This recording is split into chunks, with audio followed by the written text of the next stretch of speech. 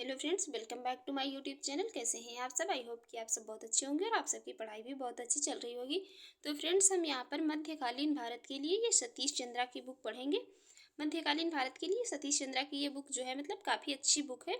ये book UPSC का exam हो या कोई भी इस मतलब स्टेट लेवल का एग्जाम हो या कोई भी अदर एग्जाम हो, सभी एग्जाम के लिए मोस्ट इम्पॉर्टेंट है। इस बुक में 22 अध्याय दिए गए हैं और इस 22 अध्याय को हम 22 वीडियो में ही कवर करेंगे। इसका जो पहला अध्याय है भारत और विश्व, तो आज की वीडियो में हम इसका पहला अध्याय पढ़ेंगे भारत और विश्व। तो चलिए देखेंगे इसका पहला अध्याय। इससे पहले फ्रेंड्स, अगर आपको हमारी ये वीडियो अच्छी लगती है, वीडियो को कंटेंट अच्छा लगता है, आपके एग्जाम के लिए हेल्पफुल रहता है, तो आप हमारे यूट्यूब चैनल पर पहली बार हैं तो चैनल को सब्सक्राइब कर लीजिएगा, वीडियो को लाइक कर दीजिएगा एंड शेयर करिए एंड जो भी आपके सजेशन हो उसे कमेंट बॉक्स में ज़रूर बताइएगा। आज हम पढ़ेंगे यहाँ पर इसका पहला अध्याय भारत और विश्व। यहाँ पर राइटर जो है तो इनका पहला अध्याय ये भारत और विश्व रखने का ये प्रयोजन है। इनका मतलब यहाँ पर ये बताने का उद्देश्य ये रहा है कि भारत और विश्व में 8वीं से लेकर के 18वीं सदी तक इन 1000 वर्षों में क्या क्या जो मतलब महत्वपूर्ण परिवर्तन आए थे यूरोप और एशिया में, क्या क्या जो है नई मतलब राजनीतिक और ये सामाजिक दशाएं पैदा हुई थी, या मतलब क्या संरचनाएं उस टाइम पे थी, लोगों के सोचने रहने और सहने और जीने के मतलब ढंग पर क्या प्रभाव पड़ा था इन 1000 वर्षों में। और जो भारत के पुराने जो व्यापारिक और सांस्कृतिक संबंध थे तो वो किस किस साम्राज्य के साथ मतलब कैसे थे। तो सबसे पहले हम इसमें पढ़ेंगे यूरोप को। सबसे पहले हम पढ़ेंगे यूरोप को। यूरोप में छठी सदी की तीसरी चौथाई यूरोप में छठी सदी की तीसरी चौथाई तक शक्तिशाली रोमन साम्राज्य, जिसने यूरोप और ये भूमध्य सागरीय क्षेत्र को एक किया था, दो भागों में बढ़ चुका था। ये यूरोप में छठी सदी की तीसरी चौथाई चौथाई छठी सदी की तीसरी चौथाई मतलब कि कब? 575 ईस्वी। तीसरी ये छठी सदी की तीसरी चौथाई का अर्थ है यहाँ पर 575 ईस्वी के समय में जो है तो जो शक्तिशाली रोमन साम्राज्य, जिसने यूरोप और भूमध्य सागरीय क्षेत्र जो था इसको एक किया था, ये दो भागों में बढ़ चुका था। ये दो भागों में शक्तिशाली जो रोमन साम्राज्य था ये दो भागों में बढ़ चुका था। पश्चिमी भाग जो था तो इसकी राजधानी रोम में थी। पश्चिमी यहाँ पर मतलब जो जो इम्पोर्टेंट फैक्ट है हम उन्हीं फैक्ट को यहाँ पर पढ़ेंगे, उसी को एक्सप्लेन करेंगे। आप लोग चाहें तो इसके नोट्स भी बना सकते हैं। इसका जो पश्चिमी भाग था इसकी राजधानी रोम थी। पश्चिमी भाग जो था इसकी राजधानी रोम थी और जो पूर्वी भाग था, पूर्वी भाग की राजधानी जो थी तो वो बैजंतीनी या कुस्तुनतुनिया में थी। जो पश्चिमी भाग की राजधानी थी वह उसकी मतलब पश्चिमी भाग जो था उसकी राजधानी रोम थी और जो पूर्वी भाग था इसकी राजधानी बैजंतीनी या कुस्तुनतुनिया थी। इस साम्राज्य को बैजंतीनी साम्राज्य कहा जाता था।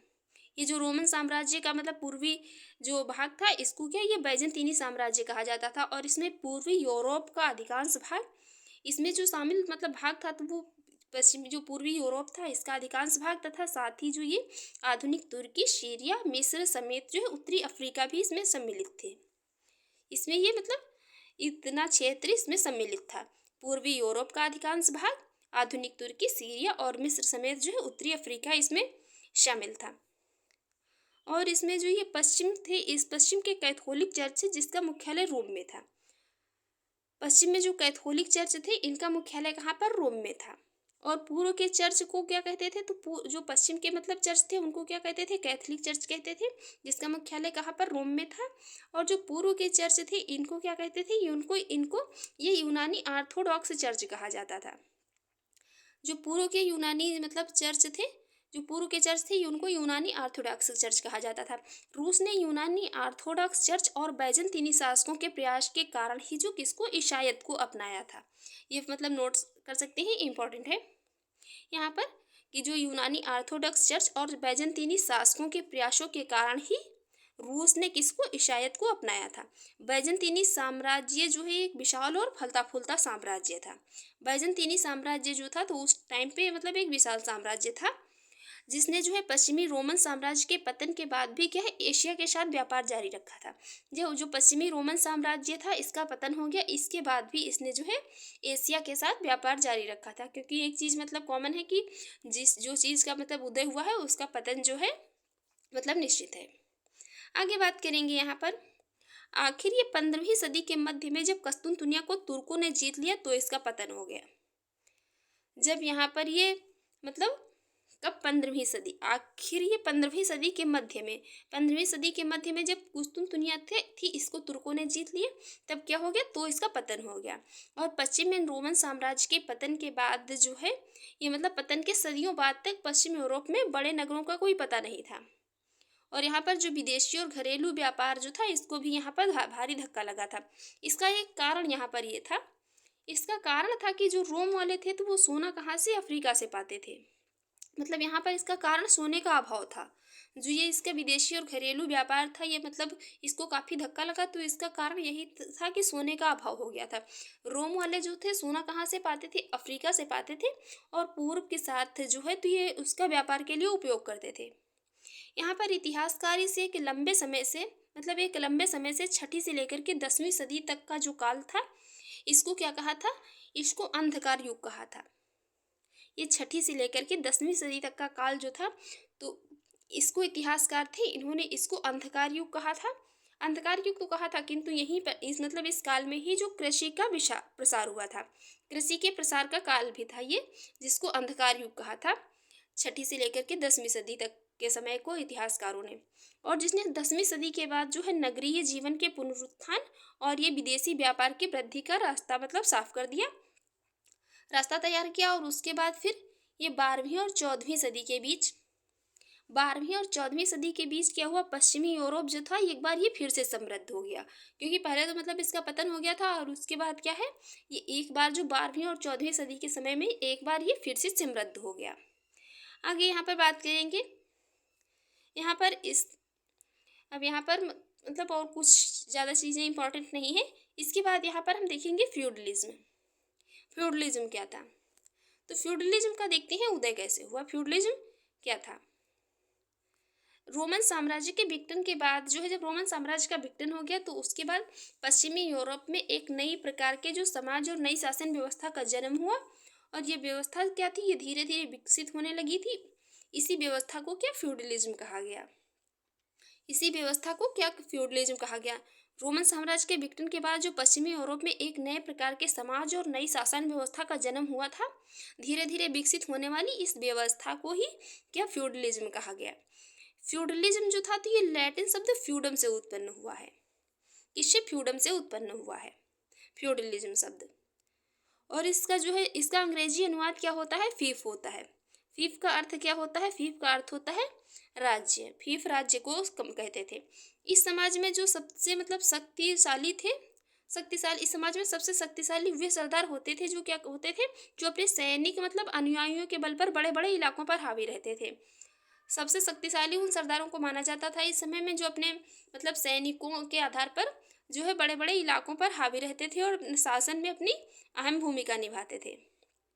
राजा जो होते थे इस समय, तो राजा एक शक्तिशाली सामंत जैसे ही होते थे। राजा जो होते थे इस फ्यूडलिज्म व्यवस्था में, तो वो एक शक्तिशाली सामंत जैसे ही होते थे। और यहाँ पर ये जो शक्तिशाली सामंत जैसे ही राजा होते थे, और कालांतर में क्या होता था? राजतंत्र मजबूत, आगे चलकर फिर क्या हुआ? राजतंत्र मजबूत हुआ और सरदारों की शक्ति पर जो है अंकुश लगाने का प्रयत्न किया गया। जब क्या हुआ? जब ये राजतंत्र मजबूत हो गए, तो ये जो सरदार थे, तो इनकी शक्ति पर अंकुश लगाने का प्रयत्न किया गया, जो कि बराबर आपस में लड़ते रहते थे। जिससे क्या होगा? ये तो ऑब्वियसली है, जब बराबर आपस में लड़ेंगे तो क्या है? सामाजिक ये अराजकता की स्थिति पैदा होगी। इसको नियंत्रित करने का एक ढंग यह था, इसको नियंत्रित करने का एक ढंग अपनाया गया फिर उसके बाद, जिसमें राजा सरदारों को अपना बेसल या अधीनस्थ बनाकर उनसे अपने प्रतिनिष्ठा की शपथ लेने लगा। जब ये क्या थे? ये राज्य करने के लिए सरदार लड़ने लगे अपना शासन करने के लिए आपस में, तब राजा ने क्या किया? राजा ने जो था, इसने सरदारों को अपना ये वेसल जो उसको अपने अधीनस्थ बना कर के क्या किया? उनसे अपने प्रति निष्ठा की शपथ लेता था, और बदले में उनके जो है कब्जे वाले इलाकों को उनकी फीफ के रूप में मान्यता देता था।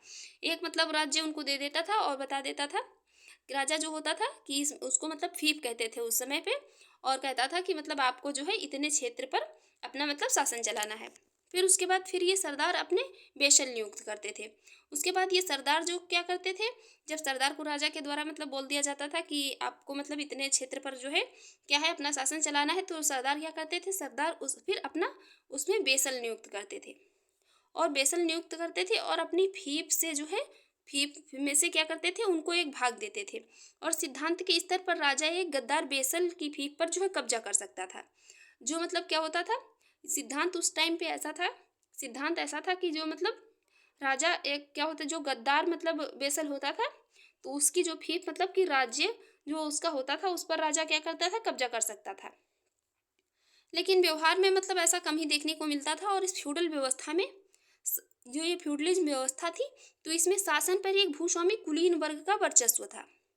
और यह कुलीन वर्ग क्या हुआ, जल्द ही पैतृक बन गया। पहले ये मतलब भूस्वामी कुलीन वर्ग का वर्चस्व था, और उसके बाद ये कुलीन वर्ग क्या हुआ, पैतृक बन गया। आगे यहाँ पर बात करेंगे फ्यूडल व्यवस्था जो थी, तो फ्यूडल व्यवस्था की दो विशेषताएं थी, ये इंपॉर्टेंट थी। फ्यूडल व्यवस्था से जुड़ी जो दो विशेषताएं थी, तो इनमें पहली विशेषता थी कि सर्फडम।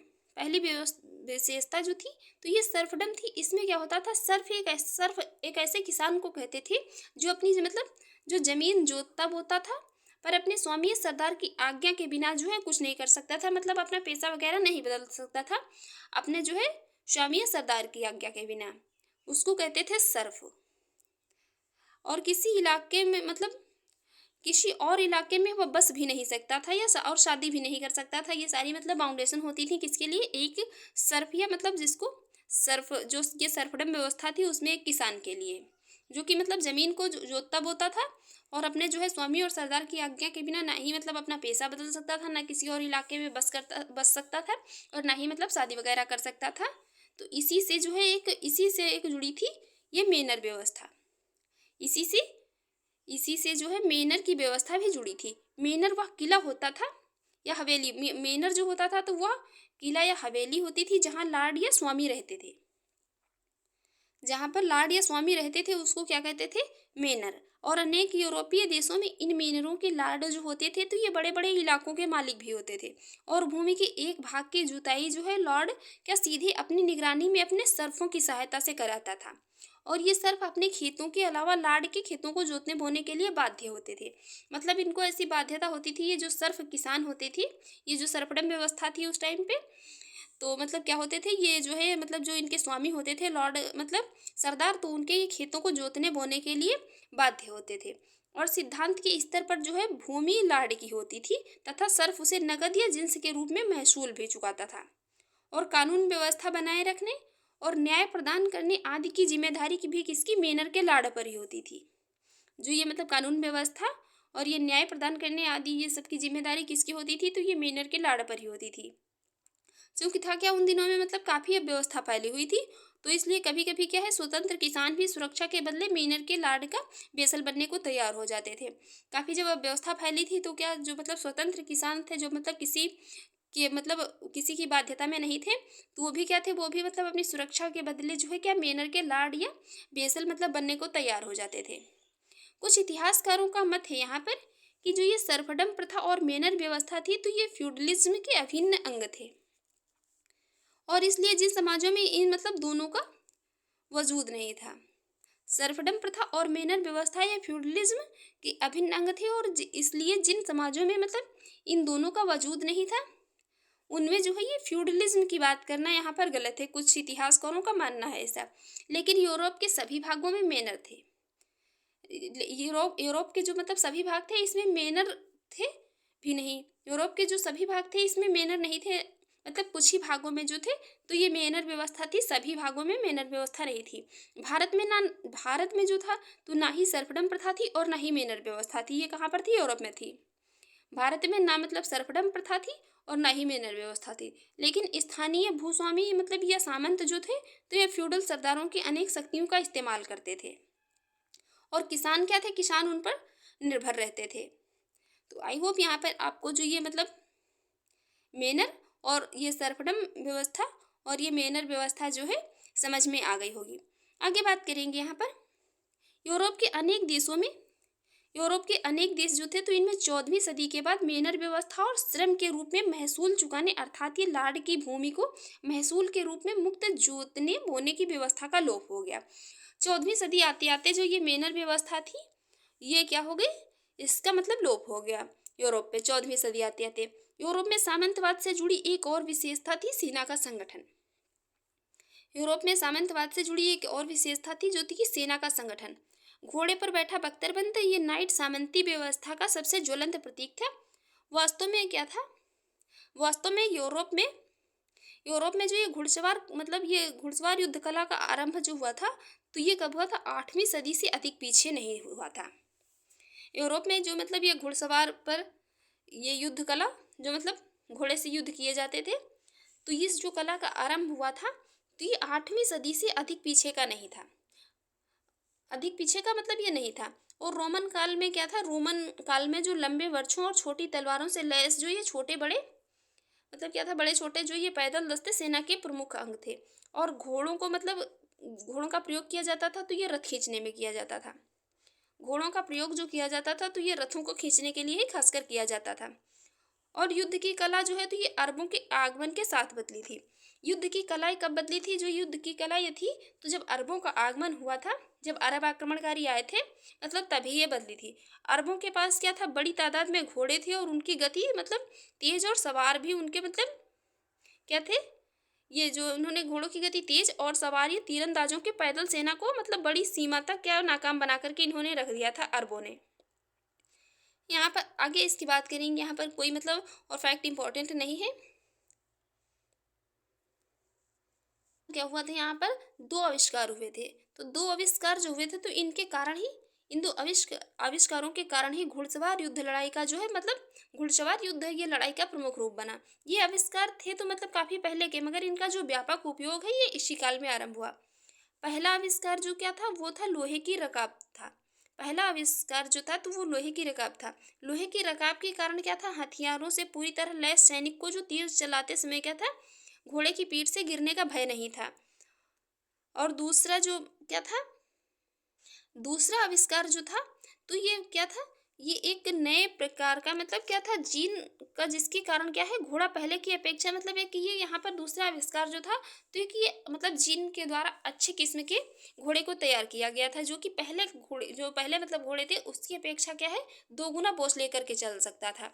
ऐसा यहाँ पर माना जाता था कि ये दोनों आविष्कार जो है तो पूरब से यूरोप में पहुंचे थे।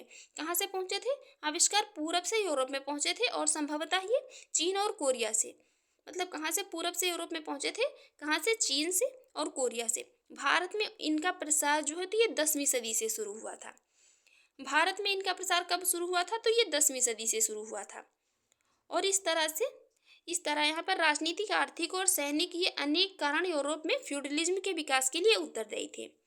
इसी तरह ये जो है अब यहाँ पर ये राजनीतिक, आर्थिक और सैनिक ये मतलब सभी कारण मिलकर के यूरोप में ये फ्यूडलिज्म के विकास के लिए उत्तरदायी थे।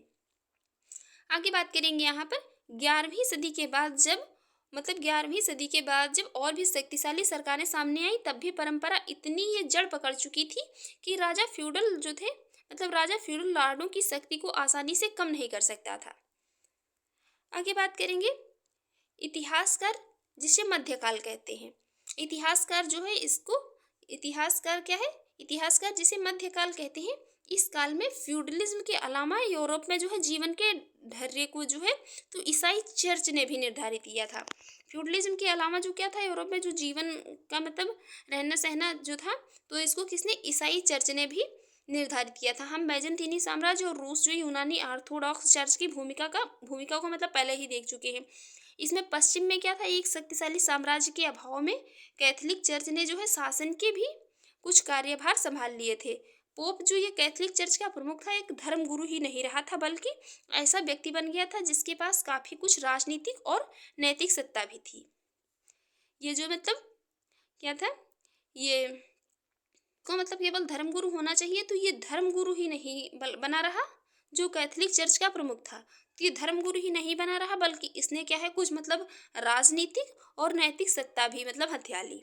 इसके पास ये राजनीतिक और नैतिक सत्ता भी हो गई। पश्चिम एशिया और ये भारत की तरह यूरोप में भी, पश्चिम एशिया और भारत की तरह यूरोप में भी मध्यकाल का मतलब धर्म, मध्यकाल जो था, तो ये मध्यकाल धर्म का काल था। मध्यकाल जो था, तो ये धर्म का काल था, और जो धर्म का प्रवक्ता होता था उसके पास काफी शक्ति और प्रभाव होता था। ये मध्यकाल जो था, तो ये कैसा धर्म का काल था। जो ये कैथोलिक चर्च थे, इन्होंने यूरोप के सांस्कृतिक जीवन में अपनी मतलब अपनी महत्वपूर्ण भूमिका निभाई। कैथोलिक चर्च जो थे तो इन्होंने यूरोप के सांस्कृतिक जीवन में अपनी ये महत्वपूर्ण भूमिका निभाई। अब आगे हम बात करेंगे यहाँ पर अरब दुनिया की। अरब दुनिया की सातवीं सदी के बाद सातवीं सदी के बाद इस्लाम के उदय ने जो है पश्चिमी एशिया और पड़ोसी क्षेत्रों के सामाजिक, आर्थिक, सांस्कृतिक और राजनीतिक पक्षों पर यह गहरा प्रभाव डाला। कब? सातवीं सदी के बाद। सातवीं सदी के बाद इस्लाम के उदय ने सातवीं सदी के बाद जब इस्लाम का उदय हुआ तो इसने पश्चिम एशिया और पड़ोसी क्षेत्रों के सामाजिक, आर्थिक मतलब और ये जो सांस्कृतिक और राजनीतिक पक्ष थे इन पर इसने गहरा प्रभाव डाला। एक प्रमुख तत्व जो था यहाँ पर ये था एक प्रमुख तत्व था कि आपस में लड़ने वाले अरब कबीलों का एकीकरण था। एक प्रमुख तत्व आपस में ये जो मतलब अरब कबीले होते थे जो ये मतलब आपस में लड़ने वाले, तो ये इनका एकीकरण था। इनका एकीकरण हो गया। जो पहले मतलब ये आपस में लड़ते थे और ये अरब कबीले जो थे तो इनका एकीकरण हो गया था, जिसके फलस्वरूप क्या हुआ, शक्तिशाली साम्राज्य का जन्म हुआ। ये मतलब एक ऑब्वियसली बात है कि जब जो मतलब लोग आपस में लड़ रहे हैं तो जब उनका एकीकरण हो जाएगा तो वो अधिक शक्तिशाली हो जाएंगे। आरंभिक खलीफों द्वारा स्थापित जो अरब साम्राज्य में अरब के अलावा सीरिया, इराक, ईरान, मिस्र और उत्तरी अफ्रीका और इसमें स्पेन भी शामिल थे। अरब कबीलों के ये अंदरूनी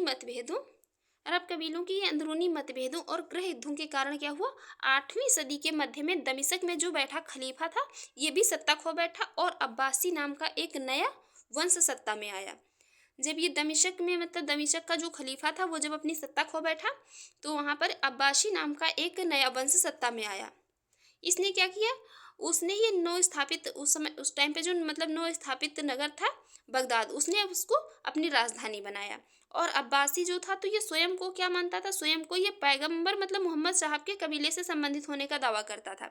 अब्बासी जो था तो ये स्वयं को पैगंबर मोहम्मद साहब के कबीले से संबंधित होने का दावा करता था। लगभग जो 150 वर्षों तक अब्बासी जो था तो ये साम्राज्य दुनिया के सबसे शक्तिशाली और फलते फूलते साम्राज्यों में से एक रहा था। 150 वर्षों तक अब्बासी साम्राज्य जो था तो ये दुनिया के सबसे शक्तिशाली और फलते फूलते साम्राज्यों में से एक रहा था। और चरम काल में उस क्षेत्र की सभ्यता के जो सभी मतलब केंद्र उसमें शामिल थे, जैसे कि उत्तरी अफ्रीका के भाग और ये मिस्र, सीरिया, ईरान और इराक, ये सभी उसमें सम्मिलित थे।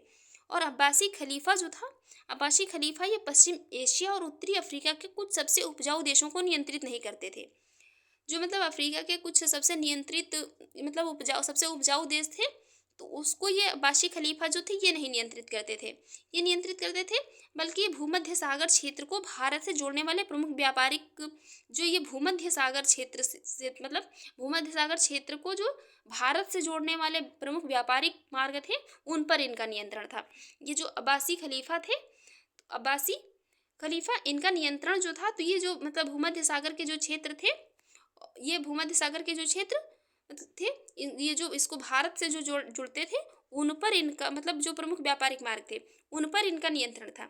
और अब्बासियों ने इस क्षेत्र के व्यापारिक मार्गों को जो शांति और सुरक्षा प्रदान की थी वह क्षेत्र की जनता मतलब इससे काफी खुश थी। ये जो अब्बासी थे इन्होंने इस क्षेत्र के व्यापारिक जो मार्ग थे इनको मतलब काफी शांति और मतलब काफी वहाँ पर ये सेफ्टी भी सुरक्षा मतलब प्रदान की, तो उससे वहाँ की जो जनता थी तो वो काफी मतलब खुशहाल थी इनसे। अरब जो थे तो ये पक्के सौदागर थे तथा इस काल में जल्द ही सबसे उद्यमी और धनी सौदागर बन गए। अरब जो थे तो ये मतलब काफी अच्छे सौदागर थे और समुद्री यात्रियों के रूप में भी ये काफी जल्दी ही मशहूर हो गए थे। तो इनके नगरों और जीवन स्तर में जो है मतलब जीवन स्तर और ये सांस्कृतिक वातावरण जो था तो उस टाइम पे मतलब दुनिया में कोई भी इनके जो है मतलब बराबर नहीं था। अरबों ने सोने के दीनार और चांदी के दिरहम भी चलाए थे जो पूरी दुनिया में व्यापार की मुद्रा बन गए थे। ये अरबों के द्वारा ही चलाए गए थे।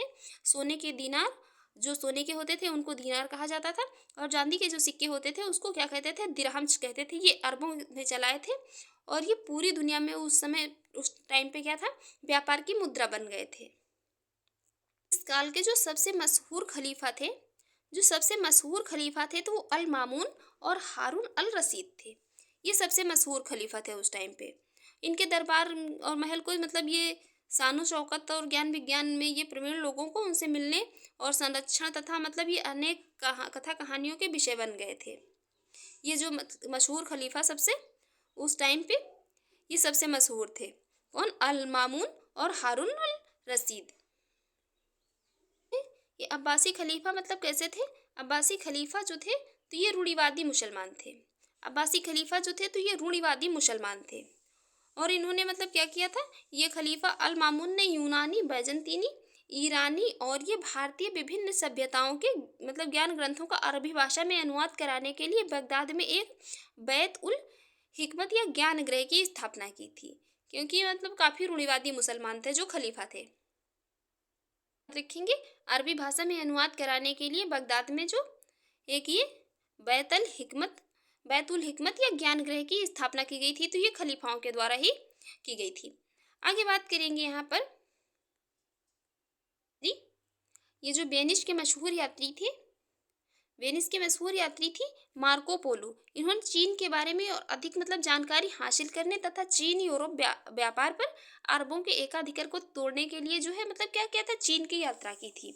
ये मार्को पोलो जो थे तो ये वेनिस के यात्री थे। इन्होंने चीन के बारे में अधिक मतलब जानकारी प्राप्त करने के लिए चीन यूरोप व्यापार पर जो है अरबों के एकाधिकार को तोड़ने के लिए क्या किया? चीन की यात्रा की। और दुर्भाग्य से जो है क्या हुआ? दुर्भाग्य से इस काल में अरब दुनिया के साथ भारत की आर्थिक और सांस्कृतिक संबंधों के बारे में तथा अरब जो है मतलब अरब दुनिया को भारत की वैज्ञानिक देन के बारे में हमारी जानकारी जो है मतलब बहुत सीमित थी। और 8वीं सदी में अरबों द्वारा जीते जाने के बाद सिंध भारत और अरब दुनिया के बीच जो है ये वैज्ञानिक सांस्कृतिक संबंधों का माध्यम बन गया। और जो दशमलव प्रणाली थी, ये दशमलव प्रणाली ये इंपॉर्टेंट है, जो आधुनिक मतलब गणित का आधार है तथा जो भारत में ये कब?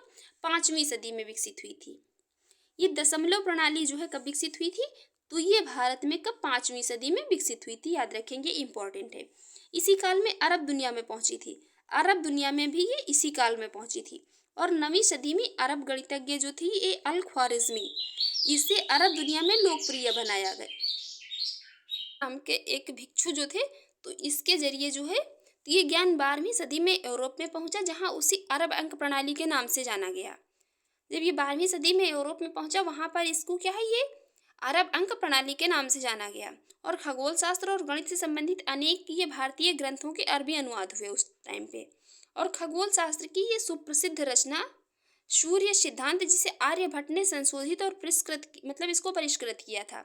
ये खगोल शास्त्र की सुप्रसिद्ध रचना है सूर्य सिद्धांत। इन ग्रंथों में ये एक थी। चरक और ये सुश्रुत के आयुर्विज्ञान संबंधी ग्रंथों के भी अनुवाद हुए थे।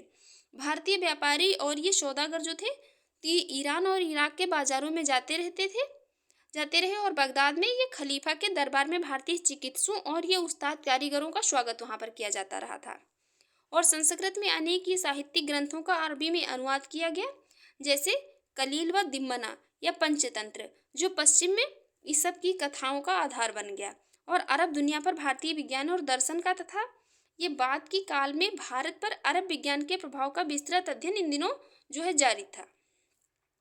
आगे बात करेंगे यहाँ पर के आते आते 10वीं सदी के आरंभ तक अरब जो थे तो वो इस स्थिति में पहुंच गए कि वे विज्ञान के विभिन्न क्षेत्रों में स्वयं कोई योगदान कर सके। 10वीं सदी के आते आते अरब जो थे तो ये इस स्थिति में पहुंच गए कि वे विज्ञान के क्षेत्र में मतलब खुद का कोई योगदान कर सके। सबसे समृद्ध पुस्तकालय और प्रमुख वैज्ञानिक प्रयोगशालाएं जो थी तो ये अरब दुनिया में इसी काल में स्थापित की गई थी। अरब दुनिया में जो मतलब सबसे ये समृद्ध पुस्तकालय और जो प्रमुख वैज्ञानिक प्रयोगशालाएं थी तो ये कहाँ पर? अरब दुनिया में इसी काल में स्थापित की गई थी। और इसमें अनेक उपलब्धियां जो है तो अरब से बाहर कहाँ पर? खुरासन, मिस्र, स्पेन आदि के लोगों द्वारा किए गए ये कार्यों का परिणाम था। इसी अरब विज्ञान इसलिए कहा जाता है कि इसको मतलब पूरे क्षेत्र में ये अरबी साहित्य और चिंतन की भाषा थी। आते आते जो है 12वीं सदी के बाद क्या होता है? 12वीं सदी के बाद अरब ज्ञान विज्ञान का पतन होने लगता है, लेकिन स्पेन में 14वीं सदी तक इसका विकास जो है जारी रहा। 12वीं सदी में क्या होता है? 12वीं सदी के बाद जो है अरब जो ज्ञान विज्ञान होता है इसका पतन होने लगता है और स्पेन में ये 14वीं सदी तक ये विकास जारी रहता है। अब हम बात करेंगे यहाँ पर अफ्रीका की। ये अरबों ने जो है तो ये हिंद महासागर, पश्चिमी एशिया और भूमध्य सागर के व्यापार के साथ जो है अफ्रीका के घनिष्ठतर संबंध कायम रखे। अरब जो थे तो इन्होंने हिंद महासागर, पश्चिम एशिया और भूमध्य सागर के व्यापार के साथ साथ अफ्रीका के साथ जो मतलब अपने अच्छे संबंध बनाए रखे। और अफ्रीका के पूर्वी तट के किनारे किनारे मलिंदी और जंजीबार तक अरबों के प्रवास और ये व्यापारिक कार्यकलापों में बहुत वृद्धि हुई। लेकिन हुआ क्या यहाँ पर, लेकिन जो है ये अरबों के मतलब व्यापार में बड़े पैमाने पर गुलामों का तथा ये सोने हाथीदांत आदि का निर्यात भी शामिल था। और अफ्रीका में ये काफी प्राचीन शक्तिशाली इथोपिया का राज्य भी था, जिसमें अनेक नगर थे। इथोपिया वाले हिंद महासागर में अदन से लेकर के भारत तक व्यापार करते थे। इथोपिया वाले जो थे तो हिंद महासागर से लेकर के अदन की खाड़ी मतलब हिंद महासागर में जो है अदन से खाड़ी से लेकर के कहाँ तक, भारत तक व्यापार करते थे। हबसी कहलाने वाले ऐसे अनेक मतलब इथोपिया वासी जो थे तो ये ईसाई थे। ये जो मतलब इथोपिया वासी ईसाई थे, इनको क्या कहा जाता था, इनको हबसी कहा जाता था। ये हबसी कहे जाते थे। हिंद महासागर ये व्यापार में वे बैजंतीना ये हिंद महासागरीय व्यापार में वे बैजंतीनी साम्राज्य के घनिष्ठ सहयोगी भी थे। और बैजंतीनी साम्राज्य के पतन के बाद उनकी आर्थिक स्थिति, जब बैजंतीनी साम्राज्य का पतन हो गया तो इनकी आर्थिक स्थिति भी जो है काफी कमजोर हो गई। अब आगे हम बात करेंगे यहाँ पर चीन और दक्षिण पूर्व एशिया की। चीन और दक्षिण पूर्व एशिया की तो चीन के साथ ये भारत के प्राचीन काल से आर्थिक और ये सांस्कृतिक संबंध थे। चीन के साथ भारत के मतलब प्राचीन काल से ही, यहाँ पर हम मध्यकाल की बात कर रहे हैं, किंतु प्राचीन काल से ही जो आर्थिक और सांस्कृतिक संबंध अच्छे थे। जल और थल ये दोनों से, मतलब ये स्थल मार्ग से भी और जल मार्ग से, दोनों से सांस्कृतिक ये संबंध, आर्थिक और सांस्कृतिक संबंध थे भारत के मतलब चीन के साथ। 8वीं और 9वीं सदियों में तांग शासक के ये अधीन चीन का समाज जो है, मतलब ये तांग शासन के अधीन जो था, मतलब तांग शासन के अधीन चीन का समाज और वहाँ की संस्कृति जो है तो ये प्रगति के उच्च मतलब सोपान पर पहुंच चुकी थी। तांग शासकों की जो ये तांग शासक थे तो तांग शासकों की अधिराज्य मध्य एशिया में सिनकियांग के बहुत बड़े बड़े हिस्सों पर, जिनमें जो है मतलब काश्तकार भी शामिल थे, फैली हुई थी। इसके कारण जिसे रेशम मार्ग कहते थे, इसके कारण इसको क्या कहते थे, ये रेशम मार्ग कहते थे। उससे होकर के स्थलीय व्यापार को काफी बढ़ावा मिला था। जो ये मतलब इसको रेशम मार्ग कहते थे, उससे क्या था, उससे होकर के स्थलीय मार्ग को काफी बढ़ावा मिला था। और इस रास्ते से रेशम ही नहीं बल्कि क्या यहाँ पर मतलब ये चीनी मिट्टी के बर्तन तथा कम कीमत के रत्न पुखराज की बनी वस्तुएं भी कहाँ पर पश्चिम एशिया, यूरोप और भारत को निर्यात की जाती थी। चीन में विदेशी व्यापारियों का स्वागत होता था। चीन जो था तो यहाँ पर जो विदेशी मतलब व्यापारी आते थे तो उनका स्वागत होता था, ताकि जो है वो मतलब नेक्स्ट टाइम भी व्यापार के लिए आए। उनमें से अनेक जो है अरब, फारसी, भारतीय समुद्री मार्ग से कहाँ से, दक्षिण चीन में आए और केंटन में बस गए थे। आगे बात करेंगे यहाँ पर हम 9वीं सदी के मध्य में। 9वीं सदी के मध्य में जब तांग साम्राज्य का पतन हुआ तथा 10वीं सदी में उसे जो है सुंग राजवंश ने विस्थापित कर दिया। जब तांग साम्राज्य का पतन हो गया तो 10वीं सदी जो थी, 10वीं सदी में उसे किसने, सुंग राजवंश था, इसने विस्थापित कर दिया। और सुंग राजवंश लगभग जो है तो 300 वर्षों तक चीन पर शासन करता रहा। ये सुंग राजवंश जो था तो ये लगभग 300 वर्षों तक इस पर चीन पर शासन करता रहा। और आरंभिक सुंग काल जो था तो ये आरंभिक सुंग काल विशेषकर 11वीं सदी का काल, जो आरंभिक सुंग काल था मतलब आरंभिक सुंग काल तो ये विशेषकर 11वीं सदी का काल चीन में अत्यधिक ये आर्थिक प्रसार का काल था। जो 11वीं सदी का काल था तो ये चीन में अत्यधिक मतलब आर्थिक प्रसार का काल था। इस टाइम पे जो है मतलब इसके व्यापार में जो है काफी मतलब प्रसार देखने को मिला था। कब, 11वीं सदी में। 11वीं सदी का जो टाइम था तो इसमें चीन में अत्यधिक आर्थिक प्रसार हुआ।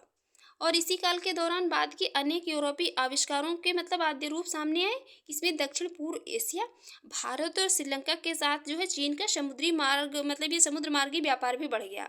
दक्षिण पूर्व एशिया, भारत और श्रीलंका के साथ जो है तो चीन का जो समुद्री मतलब समुद्र मार्गी व्यापार था तो ये भी बढ़ गया। और आगे चल करके 13वीं सदी में ये चीनी शासन तंत्र की जो बढ़ती कमजोरी ने मंगोलों को जो है ये चीन विजय का अवसर दे दिया।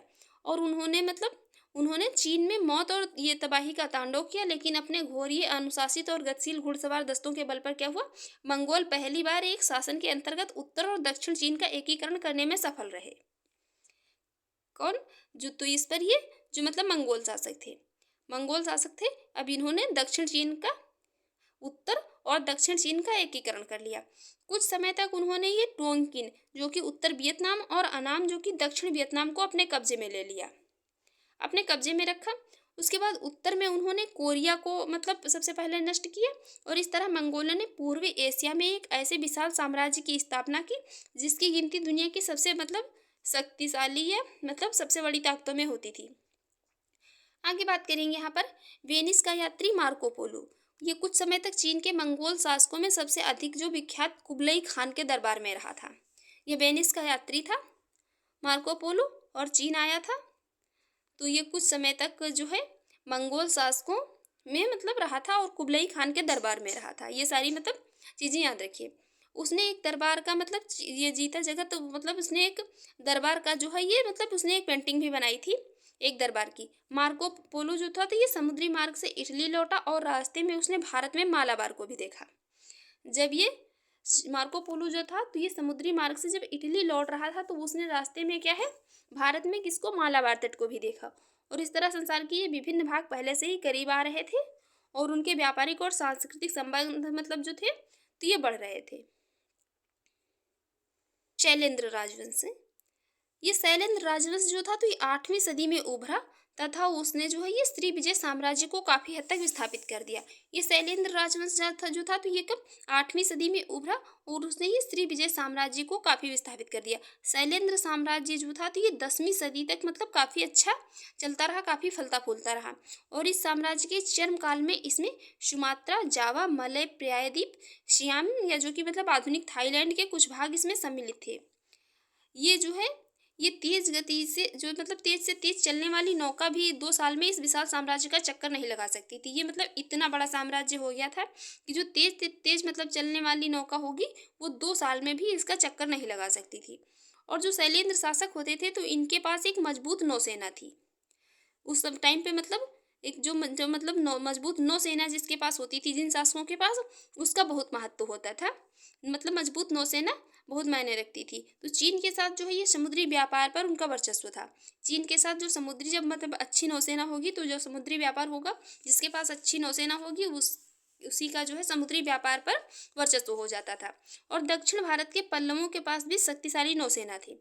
दक्षिण भारत के जो पल्लव थे, पल्लव शासक, उनके पास भी जो है मतलब अच्छी खासी नौसेना थी। और पल्लव नौसेना विशेषकर कहाँ पर, बंगाल की खाड़ी में सक्रिय रहती थी। जो पल्लव नौसेना थी तो ये कहाँ पर, ये बंगाल की खाड़ी में सक्रिय रहती थी। और दक्षिण पूर्व के देशों और चीन के साथ जो है समुद्री व्यापार इतना महत्वपूर्ण ही चला था कि 10वीं सदी में एक चोल शासक जो थे तो इसे सुमात्रा और मालाया की ओर अनेक नौसैनिक अभियान रवाना किए ताकि जो है संचार के समुद्री रास्तों को खुला रखा जा सके तथा व्यापार के नए अवसरों की तलाश की जा सके।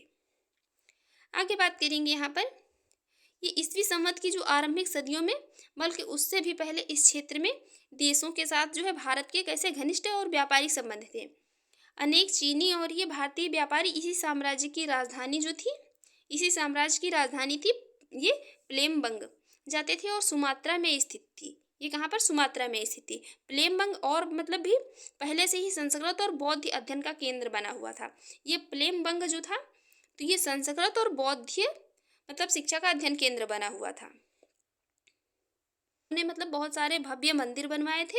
इसमें सबसे प्रसिद्ध मंदिर जो था, राजाओं ने बहुत सारे मतलब यहाँ पर मंदिर बनवाए। इसमें जो सबसे प्रसिद्ध मंदिर था तो वो पूर्वी जावा का बोरोबुदुर मंदिर था जो कि किसको, बुद्ध को समर्पित था।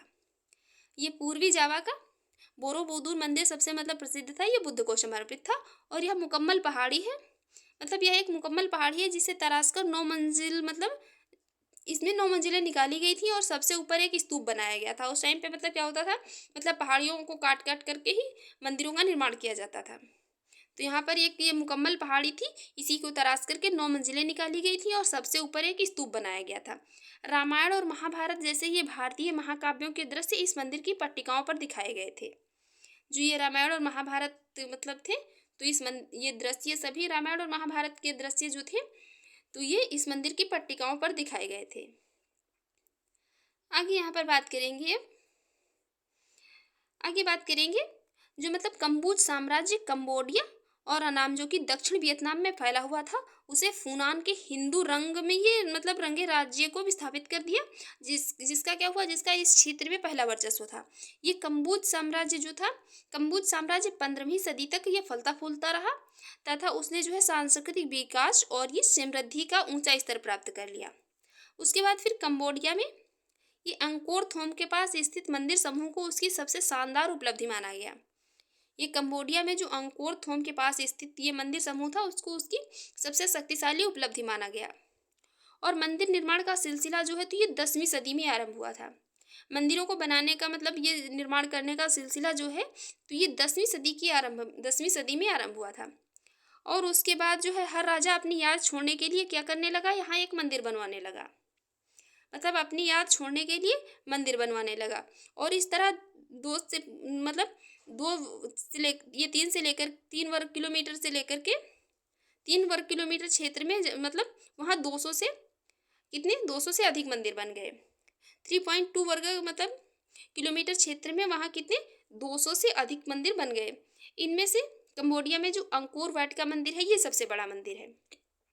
कंबोडिया में अंकोर वाट का मंदिर जो है तो ये सबसे बड़ा है। इसमें 3 किलोमीटर लंबे जो है बंद गलियारे हैं जिनमें देवी देवताओं और अप्सराओं की मतलब ये सुंदर मूर्तियां लगी हुई हैं। और ये मूर्तियां हैं जो कि मतलब ये तराशी गई हैं और ऐसी पट्टिकाएं हैं जिन पर रामायण और महाभारत के दृश्य भी अंकित हैं। इसके बाद यहाँ पर 1860 में एक फ्रांसीसी द्वारा की गई खोज के ये पहले तक बाहरी दुनिया इमारतों के इस पूरे समूह को पूरी तरह मतलब भूल चुकी थी और अधिकतर जंगलों से ढक गए थे ये। और यहाँ पर मंदिर निर्माण का काल जो है तो ये 10वीं से 12वीं सदी तक तीव्रतम गति से चला। और भारत में भी मंदिर निर्माण का सबसे शानदार काल ये रहा था 10वीं से लेकर के। तो मतलब ये क्वेश्चन यहाँ पर बन सकता है, क्वेश्चन पूछा जा सकता है कि मतलब ये मंदिर निर्माण का काल जो है कब से लेकर के कब तक रहा था। तो ये 10वीं से लेकर के 12वीं सदी तक जो है मतलब ये अपने मतलब तीव्रतम गति के साथ चला था। 10वीं से लेकर के 12वीं सदी तक मंदिर निर्माण का। आगे बात करेंगे यहाँ पर मलय प्रायद्वीप के तक्कल बंदरगाह से जो है स्थल के रास्ते चीन सागर तक यात्रा करते हुए अनेक भारतीय व्यापारी कहाँ पर दक्षिण चीन गए। मलय प्रायद्वीप की तक्कल बंदरगाह जो था तो इससे स्थल के रास्ते जो ये तक्कल बंदरगाह था तो बंदरगाह से स्थल के रास्ते गए। ये मतलब इस बार ये समुद्र के रास्ते से न जा करके कहाँ पर से स्थल के रास्ते चीन सागर तक जो है यात्रा करते हुए अनेक भारतीय व्यापारी कहाँ गए, चीन गए। और दक्षिण पूर्व एशिया के देशों और दक्षिण चीन में अनेक ब्राह्मण और मतलब आगे चल कर के ये बौद्ध भिक्षु बस गए। बौद्ध धर्म चीन से लेकर के कोरिया और जापान में पहुंचा। बौद्ध धर्म जो था तो ये चीन से लेकर के कोरिया और जापान में पहुंचा। भारतीय भिक्षु जो थे तो ये कोरिया में गए और वहाँ उन्होंने एक कोरियाई लिपि के विकास को प्रभावित किया जो भारतीय लिपि से मिलती जुलती थी। ये बौद्ध भिक्षु जो थे तो ये कोरिया में गए और वहाँ पर मतलब एक कोरियाई लिपि का मतलब विकास को इसको प्रभावित किया जो कि भारतीय लिपि से मिलती जुलती थी। और भारत में तो मतलब बौद्ध धर्म का उस टाइम बिल्कुल मतलब लगभग ह्रास हो चुका था। बौद्ध धर्म भारत में लगभग बिल्कुल खत्म हो चुका था। पर क्या था, दक्षिण पूर्व एशिया में वह फल फूल रहा था अभी भी। वास्तव में बौद्ध धर्म क्या था, बौद्ध धर्म ने जो है हिंदू देवी देवताओं को मतलब आत्मसात किया था। यहाँ तक कि उसने हिंदू मंदिरों को भी अपना लिया था। बौद्ध धर्म के जो लोग थे तो उन्होंने हिंदू मतलब मंदिर थे उनको भी अपना लिया था। और उस समय भारत में जो है मतलब हो रही घटनाओं का मतलब उल्टा था। उस समय भारत में जो घटनाएं हो रही थी तो ये उस समय भारत में हो रही घटनाओं का मतलब जस्ट अपोजिट था। इस तरह क्या था, इस तरह जो है यहाँ पर ये पश्चिम दक्षिण पूर्व एशिया और चीन के साथ तथा ये मेडागास्कर और ये अफ्रीका के पूर्वी तटों के साथ जो है भारत के घनिष्ठ और व्यापारिक सांस्कृतिक संबंध थे। जो दक्षिण पूर्व एशिया और चीन तथा मेडागास्कर और अफ्रीका के पूर्वी तट थे तो इन देशों के साथ भारत के अच्छे संबंध थे। मतलब व्यापारिक और सांस्कृतिक ये दोनों प्रकार के अच्छे संबंध थे। दक्षिण पूर्व एशिया के विभिन्न देशों ने भारत, चीन तथा ये बाहरी दुनिया के बीच व्यापारिक एवं सांस्कृतिक संपर्कों के लिए सेतु का काम किया था। आगे बात करेंगे यहाँ पर भारतीय सभ्यता और संस्कृति से गहराई से प्रभावित होते हुए भी दक्षिण पूर्व एशिया के देशों ने अपनी अपनी जो है मतलब विशिष्ट संस्कृति विकसित की जो उच्च स्तर की थी। अरब व्यापारी जो कि पहले कहाँ पर दक्षिण भारत तथा दक्षिण पूर्व एशिया के साथ व्यापार करते थे, ये अरब व्यापारी जो थे तो ये पहले दक्षिण भारत तथा दक्षिण पूर्व एशिया के साथ व्यापार करते थे। अब्बासी साम्राज्य की स्थापना के बाद ये और भी सक्रिय हो उठे थे। लेकिन अरब अरब जो थे इन्होंने भारतीय व्यापारियों और धर्मोपदेश मतलब थे जो धर्मोपदेशकों को विस्थापित नहीं किया था। आरंभिक चरण में क्या हुआ, उन्होंने इस क्षेत्र की जनता को मुसलमान बनाने का कोई विशेष प्रयास नहीं किया। इस मतलब जो जनता थी तो इस क्षेत्र की, तो उसको मतलब आरंभ में उनको मुसलमान बनाने का उन्होंने कोई विशेष मतलब प्रयास नहीं किया था। और यहाँ पर ये धार्मिक स्वतंत्रता और सहिष्णुता तथा विभिन्न संस्कृतियों का मिलन इस देशों की इन देशों की ये विशेषताएं थी। और उनमें ये विशेषताएं आज भी मतलब बाकी हैं। सुमात्रा, जावा और मलाया जो था तो इसने इस्लाम को धीरे धीरे अपनाया। भारत में इस्लाम की स्थिति के मजबूत होने के बाद ही दूसरी जगहों पर बौद्ध धर्म जो है फलता फूलता रहा। भारत और इन देशों के व्यापारिक एवं सांस्कृतिक संबंध तभी टूटे जब इंडोनेशिया में डचों, भारत वर्मा और मलाया में जो है अंग्रेजों तथा आगे चल कर के हिंद चीन में जो है किसने, फ्रांसीसियों ने अपने पैर जमा लिए हैं। तो फ्रेंड्स, आपको हमारी ये आज की वीडियो अच्छी लगी हो तो कमेंट बॉक्स में ज़रूर बताएं। Thanks for watching.